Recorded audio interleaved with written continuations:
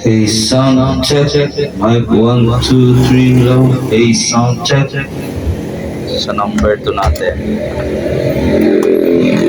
Hey, sound check. 1, 2, 3. Wala ang number 2. Number 3. Hey, sound check. Hello. Mahina ang number 3. Hey, sound check. Number 4. Hey, sound check. Mic 1, 2, 3. Number 5. Hey, sound check. Mahina rin ang number 5. So, number 5, 3, and mahina. Number 5 at saka number 3 mahina. Number 2 wala. Hey, sound check. 1, 2, 3. Hello, wala. Lagyan natin itong WD-40.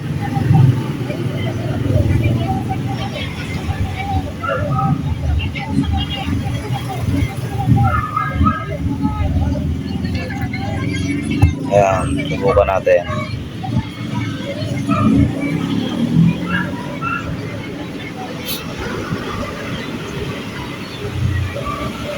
Pihitin natin.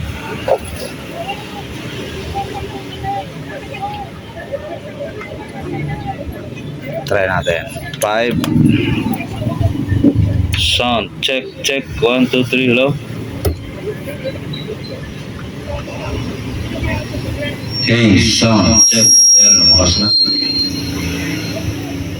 Yung number 3. Sound check. Volume natin. Volume. Sound check. Ayan, lumakas na rin. Dapat itong number 2 mayroon na rin. Hey, sound check. Wala talaga. Subukan natin itong slide. Lagyan din natin itong slide. Mga volume control.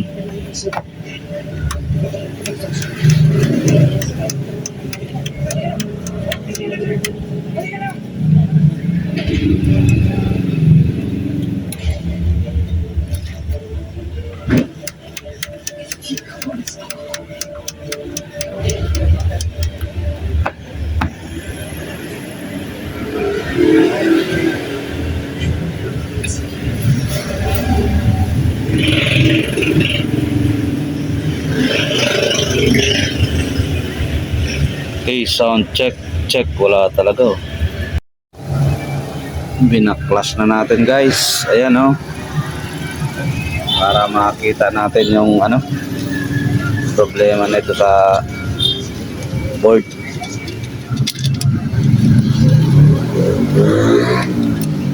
Baklas lahat.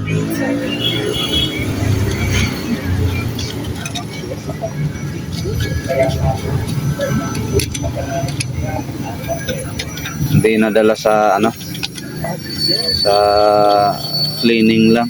WD-40. Pagka ganyan baka sira yung volume control, itong gain.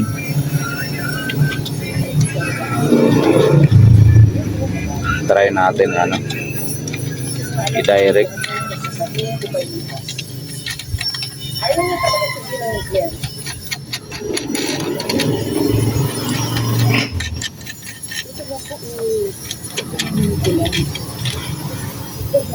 Uy, dinaluwagan to isa.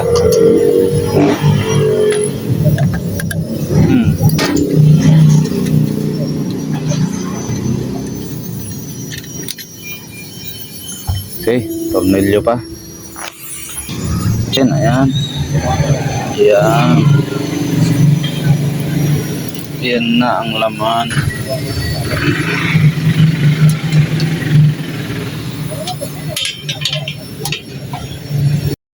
So ito, may ginawa tayong diagram nitong IC ng GRC 4558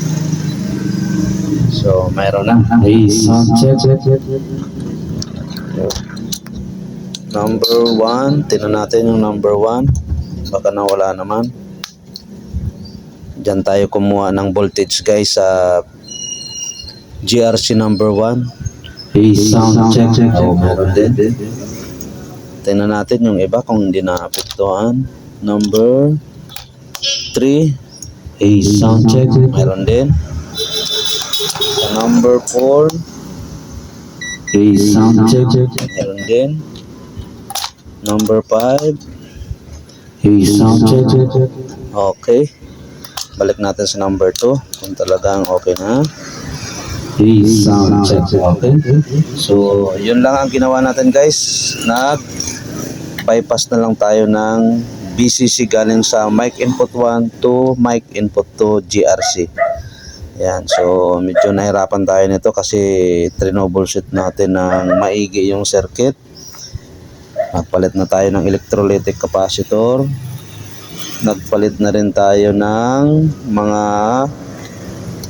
volume control. Wala pa rin. Yung ating 503 variable resistor.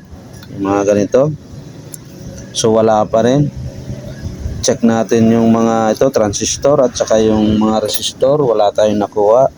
So natataka rin ako kung bakit yun lang ang ginawa natin, ginamper na lang natin, binaypass natin, nagnormal yung ating unit. So siguro ito talaga